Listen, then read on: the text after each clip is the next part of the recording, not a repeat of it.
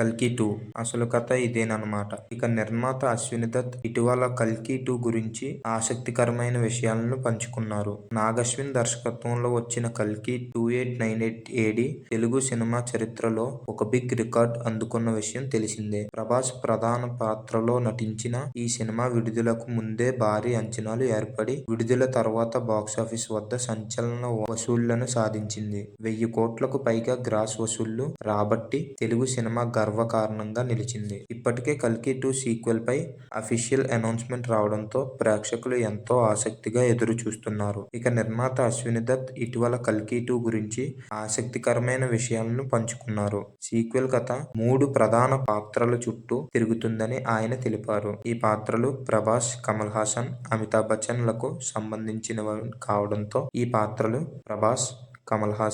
అమితాబ్ బచ్చన్ వీళ్ళ ముగ్గురికి సంబంధించినవి కావడం విశేషం. మొదటి భాగంలో అమితాబ్ అశ్వథామ పాత్రకు చాలా ప్రాముఖ్యత ఉండగా, కమల్ హాసన్ కలీ పాత్రం పరిమిత స్క్రీన్ టైమ్ తో మాత్రమే ఉండింది. ఇది అభిమానులకు కొంత నిరాశ కలిగించింది. కానీ కల్కి 2లో కమల్ హాసన్ పూర్తి స్క్రీన్ టైమ్ లో కనిపించి ప్రభాస్ తో సన్నివేశాలు ప్రేక్షకులకు విశేషమైన అనుభూతిని కలిగిస్తాయని అశ్విని దత్ పేర్కొన్నారు. కమల్ హాసన్ ఇప్పటికే ప్రమోషన్ సమయంలో తన పాత్ర గురించి వివరించి ఇది రెండవ భాగంలో మరింత డెవలప్ అవుతుందని చెప్పారు. ఈ నేపథ్యంలో ప్రభాస్, కమల్ మధ్య సన్నివేశాలు కథను మరో స్థాయికి తీసుకెళ్లేలా ఉంటాయని అంచనా. అమితాబ్ పాత్రకు ఈసారి కూడా ప్రాధాన్యం ఉండడం విశేషం. దీపికా పదుకునే పాత్ర కూడా రెండవ భాగంలో ప్రాముఖ్యాన్ని సాధిస్తుందని అశ్విని దత్ క్లారిటీ ఇచ్చారు. నూతన పాత్రలు ఈసారి రావడం అనుమానమేనని నిర్మాత చెప్పారు. ఇది మొత్తం నరేటివ్ ను ముగించేందుకు కేవలం ప్రధాన పాత్రల చుట్టూ కథ సాగుతుందని చెప్పారు.